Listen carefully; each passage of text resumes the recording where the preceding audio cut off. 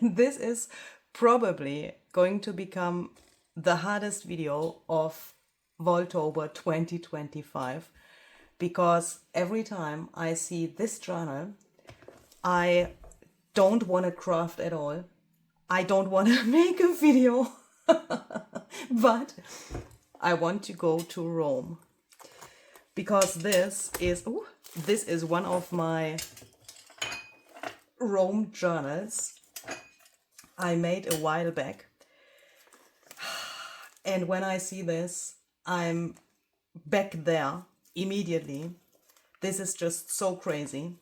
But I need this journal for today's video, because in this journal there is the inspiration for today's project.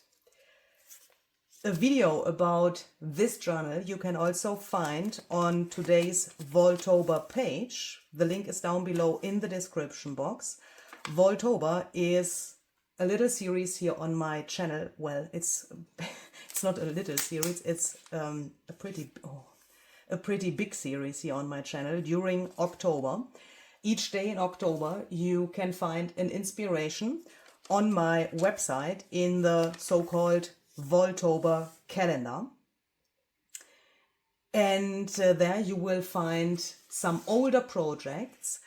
And on my video days, like for example today, I'm going to add a new twist to one of those older ideas. So Vaultober is all about reimagined ideas from the Heinzl vault.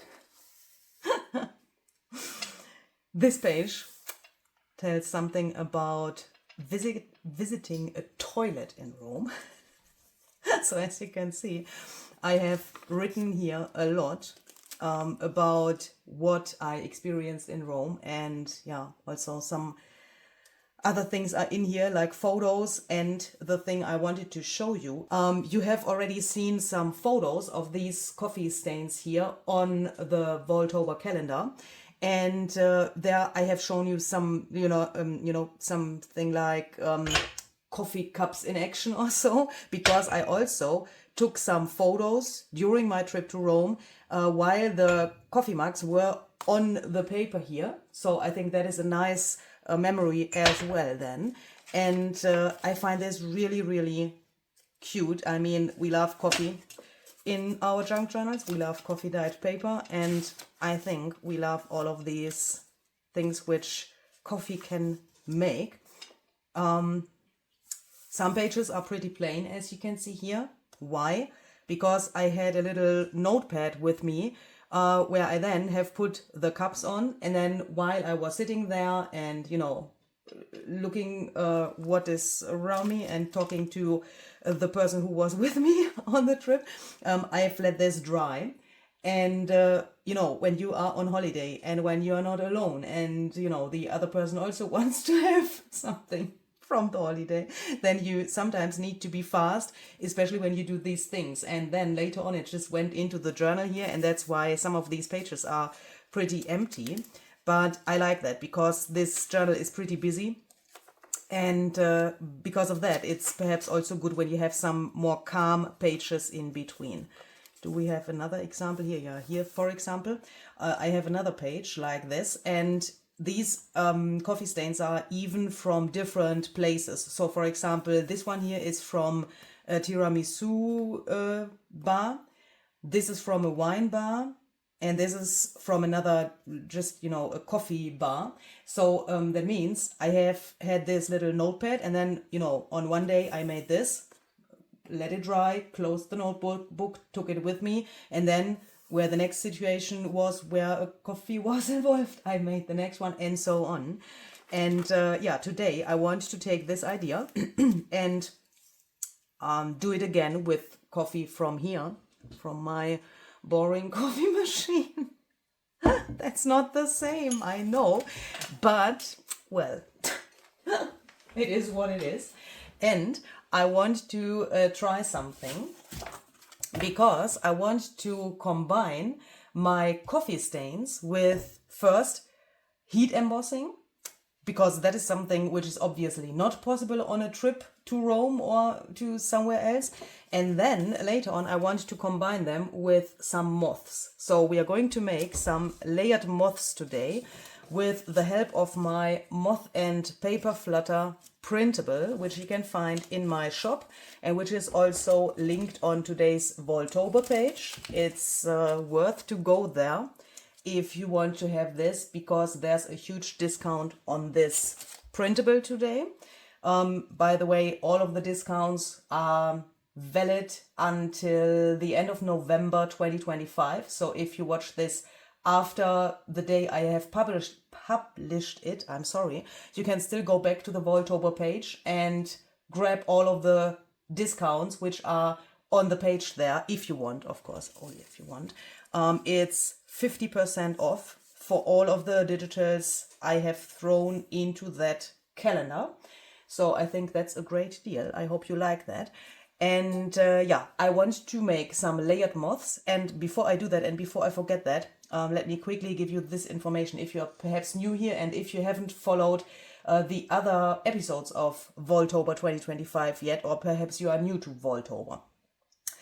I have a video about this printable on my channel, and you can find that on the page from yesterday. Yeah, so please go to the Vaultober page. The link is down below in the description box, and then go to yesterday's post, because there is the repost of the video where I have shown you how to assemble these. There's a whole video about the printable, how that is meant to use, with ideas and so on. And in the video I'm talking about here, I also made a little ephemera experiment where I showed you a little thing where I thought that could be interesting. So if you want to know more about the printable and more about what you could do with these moths, watch the other video, okay? I will not go into detail about how to assemble these in this video, because, you know, then it's just too long, and it's probably boring if you have seen yesterday's video. And, you know, why shall I do that again when there is already a video available? I don't want to wreck your nerves with repeating myself. So what are we going to need for this idea? If you don't have the moths, or if you don't have a printer, I'm sure you can do this idea with any other thing as well. You could even take butterflies, other animals. You could do this with circles, with whatever. Everything you can layer would work.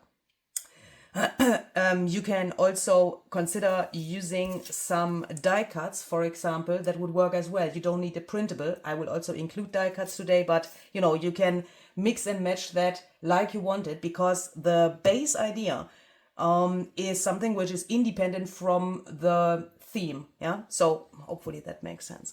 So first of all, let's take a sip of this. So then, because I don't need everything from here, I put a little bit in here. And now I think my first challenge will be to imitate what I did in Rome. The first difference is the coffee. This is not so strong like a coffee in Rome would be. You can already tell that by looking at the color. I can clearly see the pattern of this little thing here through the coffee, so that could be a problem. The next thing is, when I did that in Rome, the coffee was obviously in a cup. So perhaps I should quickly tell you how I did that. Well, wait. I have a wait. I'm just trying to remember. I think, oh my goodness, I think my preparation for this thing was not very good, even if I thought that I have covered everything in the Vaultober, on the Vaultober page. I think I even have a video where I show you how I exactly did that with the cups. That is also a pretty old video, I think. If I can find that, and if my memory is not fooling me now, you will find that video, what I'm just talking about, on the Vaultober page from today as well, okay? If you don't see a video there, then my brain was doing weird things, okay? But if I find it, and I'm pretty sure that I have a video, then I will put it there and you will find it there. So that means when I say I will, if it exists, it's already on the page, yeah? Now, when you see this. So the problem is, the coffee is not in the mug here. And when I did this thing in Rome, I had the coffee and I left the tiniest little bit here. And then I waited a little bit. Let me perhaps show you that with this mug, because I think this is even more like the mugs you have in Italy, because I think this can't be considered a good espresso mug because it's so thin. And the most mugs in Rome were like this, where they had this little bigger material here. And when you then have the coffee and you have something like this and the cup is nearly empty, it looks very, very different to this, because look, the material is nearly white. That's because the coffee is so thin. And I think that could become a problem. So if we want to do this at home, we need to do that differently, because in Rome I left the tiniest little bit in there, just perhaps a little bit more like this, but it was automatically more because it was here on the sides of the thing. And when I have put my mouth to the cup, with my lips, for drinking, you don't drink this in one sip, but the first sip my lips went here, the second sip my lips went here, and so on, so that I could drink it from different positions. What does that give us? The coffee runs to the side here, and then more of the coffee is on the frame here, and that makes that the cup somehow looks like this, and that makes that we can then do it like so. And that is exactly what I did in Rome when I created these little coffee stains. But I'm assuming that this will turn out as, oh, that's good, as a little disaster here now, because the coffee is so thin. But I already thought about that before I started recording, because obviously there are solutions if you want to make something like this at home. When I had this thing on my little notepad paper in Rome and I thought, okay, now it's time to lift it up, sometimes I lifted it just like so. Oh, it's more intense than I thought. That is cool. But sometimes also lifted it up very what is that? Very fast, so that some of the coffee flies around. So perhaps we can try that again. I'm wondering, yeah, it makes a difference if you leave it here for a while or if you take it off immediately. That is definitely a difference. I don't know if you can see that in the camera, but that is normal, yeah? When the coffee has a little more time to soak into the paper, it obviously gets differently. It gets different. But let's not care about that. Let's just make some of these. What is happening here? I mean, what is this? I have a donut here now. Why is this so strange? I mean, why is it? Let's do that again. Why? Oh, there was a little bubble on the... Have you seen that a second ago? There was a little, like a soap bubble. It did it again. Don't know if you can see that. It's doing it nearly every single time. No, I can't show it to you, but when I put it in here, there is a little like bubble and then it disappears as soon as I want to turn it around to show it to you. That is really weird. But we just go on, okay? If you don't have coffee mugs, you could of course also take something like just a glass or so. This is a little bit hard because this is so small, but what I want is also some bigger circles. So I thought, since the coffee is so thin and we will probably not get such a crazily intense impression like I had in my journal, I want to do a little trick with embossing powder. I mean, you could do that even if you get an intense result. You could do that as well, yeah? There's nothing wrong with doing that even if you have an intense coffee. Perhaps you have a totally different coffee machine than I do. Then you are perhaps able to make a really crazy espresso. Or perhaps you are watching from Italy. Then this thing with the intensity of the coffee wouldn't be a problem for you. But I thought, since we are using this brown paper here, it could be a nice addition to emboss these. And what is that? I have the feeling that these will look the best in the end, even if they are not what I was hoping for. So then we can see that we have a ton of coffee on here, which makes puddles. We can use the coffee for our embossing procedure now, but if we would throw embossing powder directly on this while this is so wet, it would make a really big mess. And I mean, there's no problem with making a mess, but it would probably take forever to melt. And it could also happen, at least that's my experience, that the embossing turns out a little bit weird.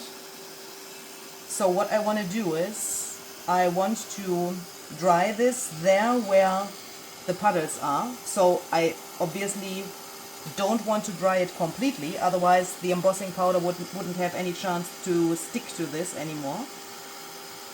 So then, let's take some golden embossing powder. This is called Princess Gold by Ranger. And now I want to throw this on here, but I want, that's also still a little bit very wet. Okay. Now I want to throw this on here, but pretty irregularly.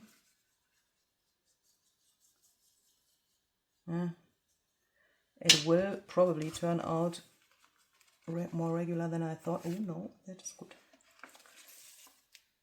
So then we can just take this and throw it on here. Oh, that's perfect. That's just perfect. Can you see? Now it's not everywhere. So then we are going to emboss this. And I find it more handy when you emboss with, for example, coffee or water or something like that, to do that from the back of the paper, because then the danger that the embossing powder flies away is not so high. It takes a little longer, I mean the whole embossing process, just because the heat tool now has to dry the coffee and then melt the powder. So that is obviously a difference to if you would emboss with embossing ink. So I will quickly emboss these and also the ones on the other sheet. I'm pretty surprised how much I love how these turn out, because I originally had something a little bit different in mind. I thought they would show up way more on this paper, but the coffee is just not strong enough and the paper is probably too brown, it's too matchy that they could show up more. But what I really like is the combination of the gold and this subtle impression. If you also have problems with your coffee, I mean, you know, how does that sound? If you have the problem that the coffee is not strong enough, consider mixing some brown ink into the coffee, or perhaps even brown acrylic paint would work.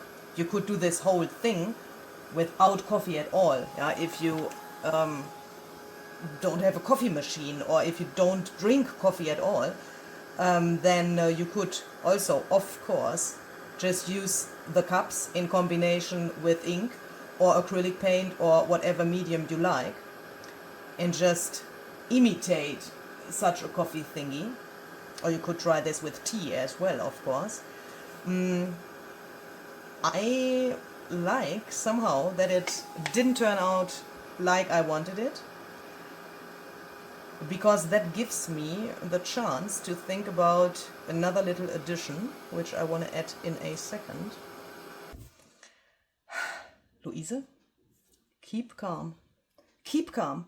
Have you ever refilled your oxide ink pad and forgotten to shake the bottle of the re-inker?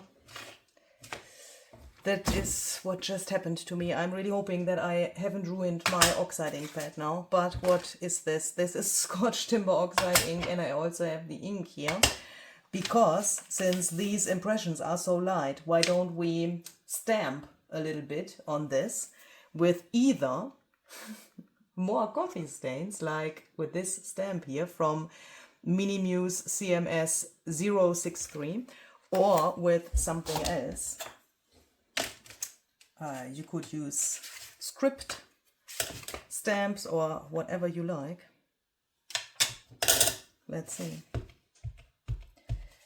Let's see what this gives me now after I have put the re-inker on here without shaking the bottle. Looks pretty normal, but hopefully it will also act normal. Yeah. I think I'm a lucky girl.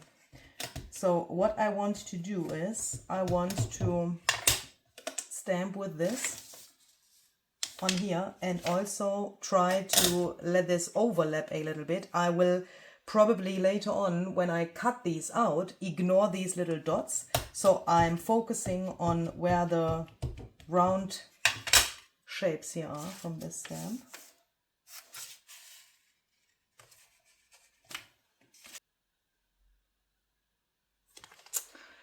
And since we also have some script here in this stamp set, why don't we use some of that as well, but not with brown, but with black. I have the archival ink black suit here. This is a coincidence, it was just laying there on my table from yesterday or so. You could of course also use, for example, a black suit ink, yeah, would also work. Or red, whatever. Now I want to stamp some fragments on here, but mainly in the circle because I want to cut them out.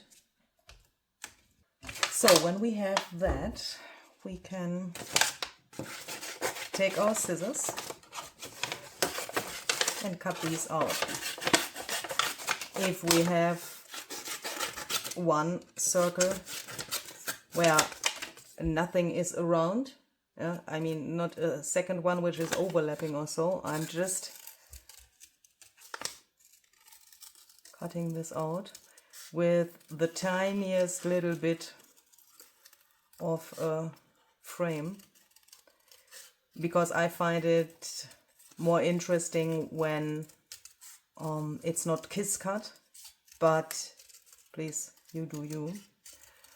And I also find it easier to cut when we leave the tiniest little bit of a frame. Then we have this.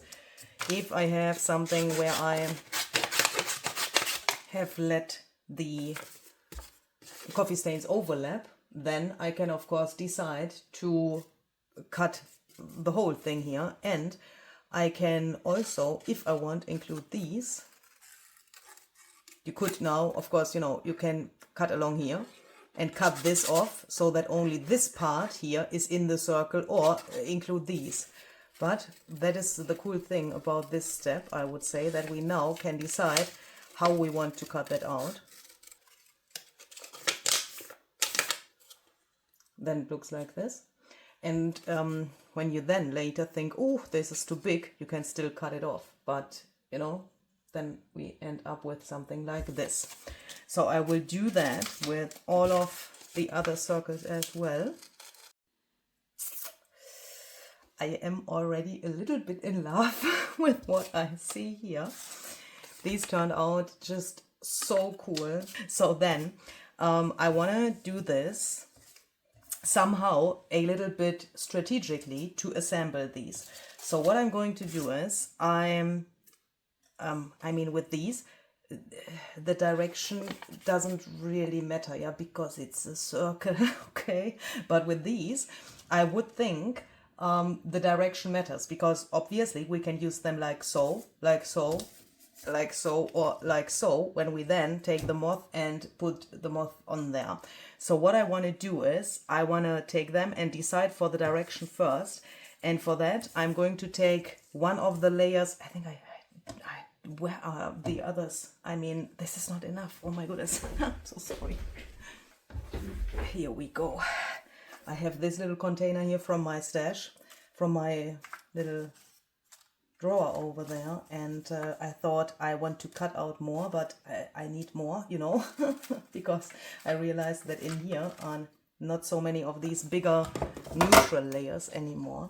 So what I want to do is, the others I had here are already inked, also these, but I want to start with one of the neutral layers of this printable, and first decide how I want to put that on here. So that means that is then the position of the moth on this thing.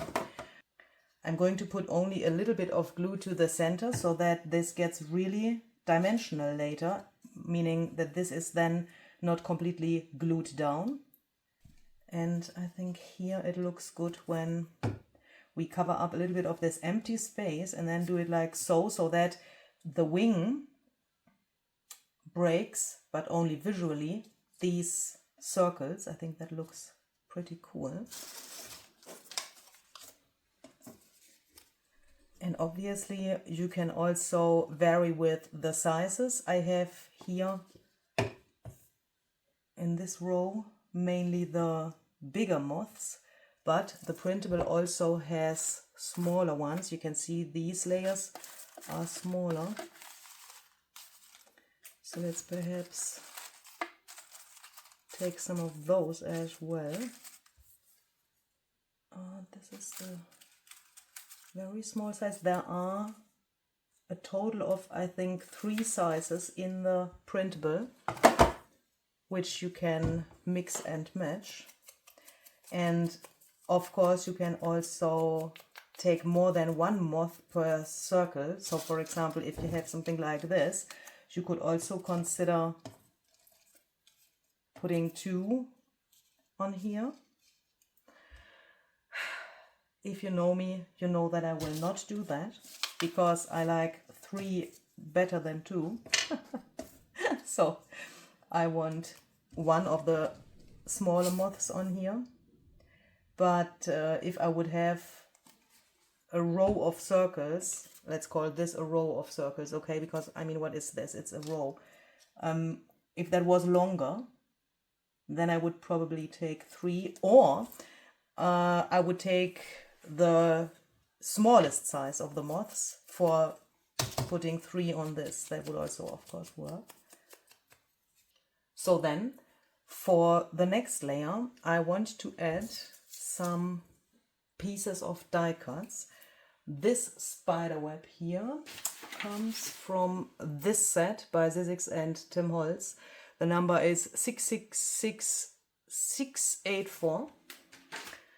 And obviously we could just put this on here as a whole spider web, and then the next layer. But what we also could do is we could just cut or tear this in half and only add a little piece of the die cut, just like this, and then the next layer. And if you have seen the other video, you can probably also see that I don't use the same shapes of the moths here. So on the printable you have rows of the moths, and there are 3 moths under each other in a row, and you can use those for the layering if you want to have the same shape. Yeah, so there's then on the printable the concrete layer where, you know, the moth looks really like a real moth mixed with these paper elements. That's why the printable is called Moth and Paper Flutter. And the other two images there have then the same shape but with these paper elements and not so concrete images, concrete details. But I also like when we do it like this and just mix the different shapes. This little piece from this flower here comes from the set we've used in the last video. Ooh, but now I don't see it anymore.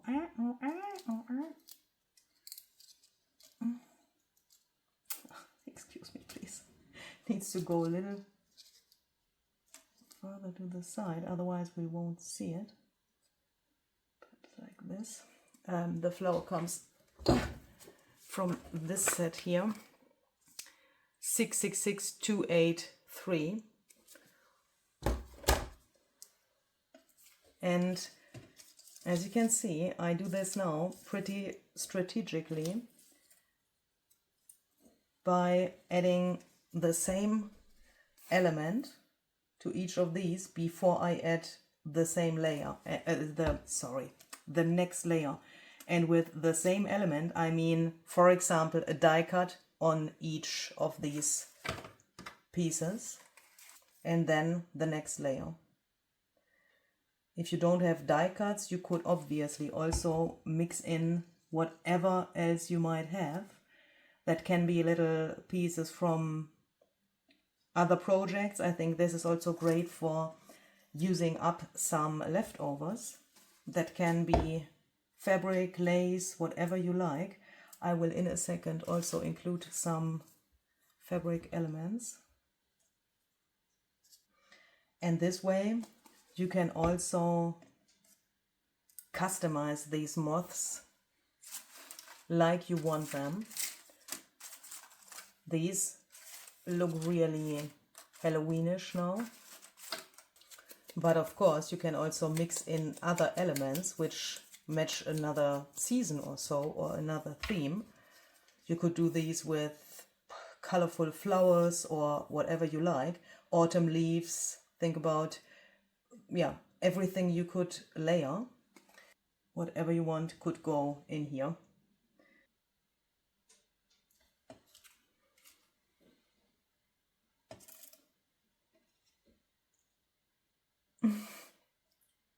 Let's here try to use this big spider web. I mean big compared to the other piece there.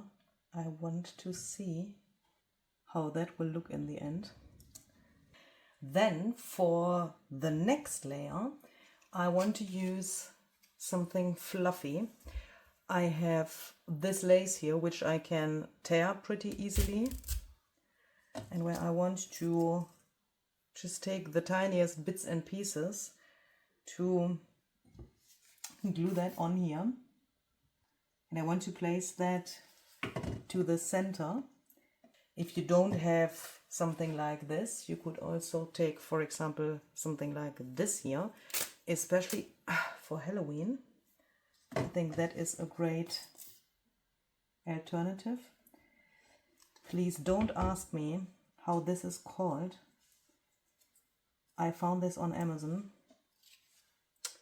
But as you can see, these are only the tiniest bits and pieces of this material, and this is also a great opportunity to use up your scraps of fabric and lace and, you know, all of these little pieces we save for especially these situations.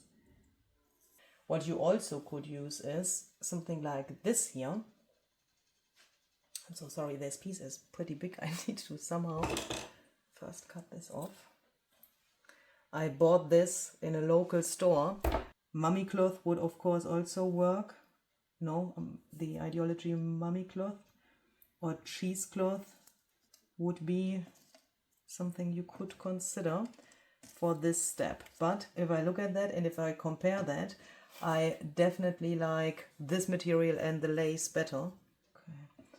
And then I want to add some feelers, either in black or in gold. These little guys are just some flower stamens. You can find these on Amazon in different colors and sizes. And now I want to take this and do the two last steps in one. I place the feeler here, or the feelers, it's two, Luise. And then I want to take the last layer, which is then one of the very concrete moth images, where we have these really concrete details and also these little paper elements. And then you can just do it like this, and this little thing is finished. If you want, you can of course also staple in here, either for more interest or just that the glue can dry properly without these pieces moving. I think this looks really, really interesting. And what I also find is, for example here, this is a really extreme example. When we have this looks like a big mess, like something from the kindergarten somehow, because, you know, there's nothing which makes this look like a moth or like a little piece of art, because it's so abstract somehow. But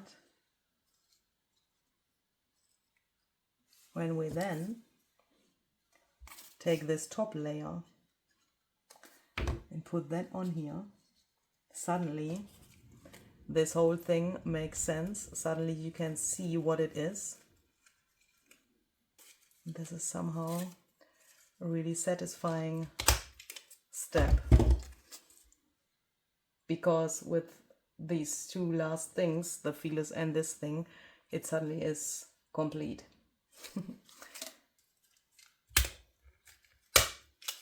I absolutely love how this turned out with this, compared to the other elements, big spider web. That looks absolutely cool. Oh, wonderful.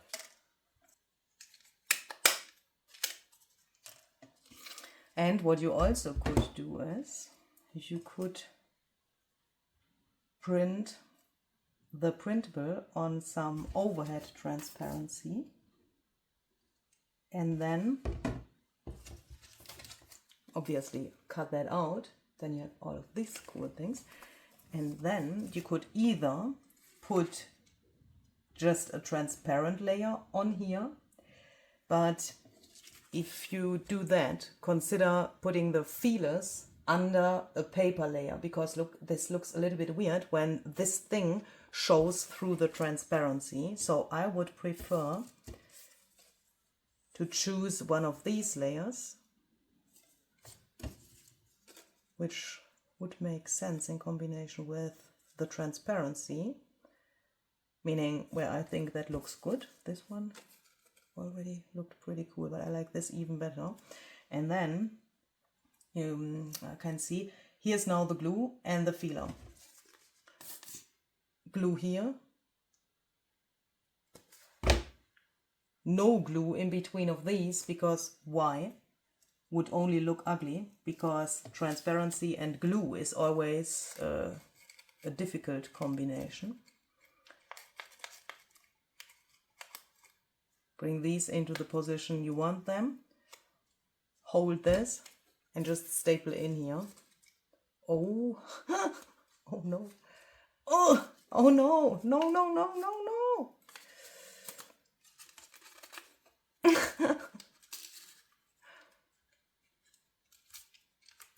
I just staple in here, okay, because then you don't see the glue in between of the transparent layer and the paper. If you would use liquid glue in between of those, then that would always look ugly when the glue is dry, because I think there's no glue which really dries invisible on transparency. And then you can bend these a little bit, and then it looks like this.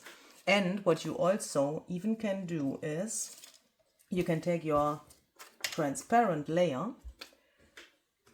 overhead transparency is this, yeah. And for most of the brands of overhead transparency, it's possible to ink the printable side, not the back side, but this side here. Yes, with distress ink. This is just vintage photo distress ink that works. And it dries immediately on here, and then it's there. Thank me later if you haven't known that already. I'm pretty proud that I found that out, because that is really helpful to know.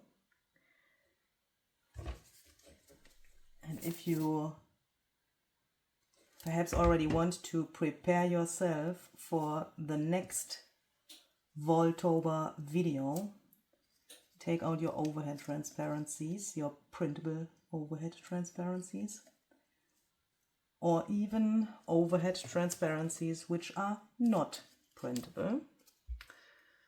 I found something out which is, at least in my eyes, mind-blowing.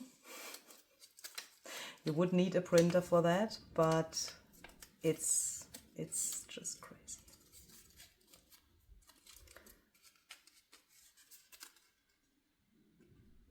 Ah, I love these moths. So I will quickly finish the others. For the last step, I will put all of my layers here out of the way so that nothing can happen to them. And then I want to place these close to each other like so. Then I'm going to take some white acrylic paint and a spatula. And now I want to do this trick I learned from Pete at Zizix. I've also shown you that in the other video, which was in the on the repost from yesterday. Okay, now I have a nice little addition on my drawer.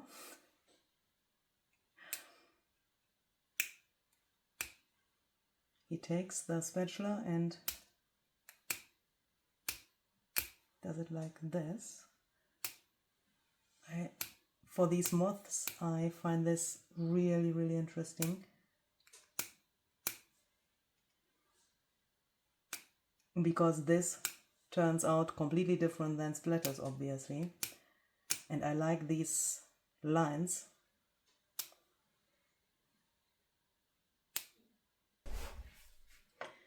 I want a few more smaller splatters in white, because I like the mixture of the lines and the dots. And I find, especially on the transparency, that looks really, really cool. So then, here we go. I will put these in my stash now without any quotes or so, because I don't know yet in which journal I want to use these, or which quote would then in the context make sense. But obviously you could also add quotes here and just, you know, choose some and then, for example, put them here on the bottom of the wing. Also for those situations where you like only one word as a little something on a page, something like this would make sense in my eyes, because you could then, you know, for example, love or hope or whatever word that could be, home or so. Just a short word here makes that into something even more special, I would say. So that's today's idea. I hope you liked it, and don't forget to open the next door of the Vaultober calendar tomorrow. that door will open and it will give you another old idea. I'm so sorry. From the Heinzl vault. And it's definitely worth to check those doors out because, you know, there are a lot of freebies and discount codes. And especially for the freebies, I really did my best to give you as much as possible. I think there have never been so many freebies for a series like with this one. So it's definitely worth to check all of those doors out. And I'm really hoping we will see the next time. Have I shown you this in detail? Hopefully we will see the next time with another idea. And as I said, that is something really crazy. Little hint, we are going to talk about jelly printing without a jelly plate. But if you want to see that, then stay tuned. I'm so sorry for this cliffhanger. Thank you very much for watching. Have fun with this idea and have a very creative day. See you.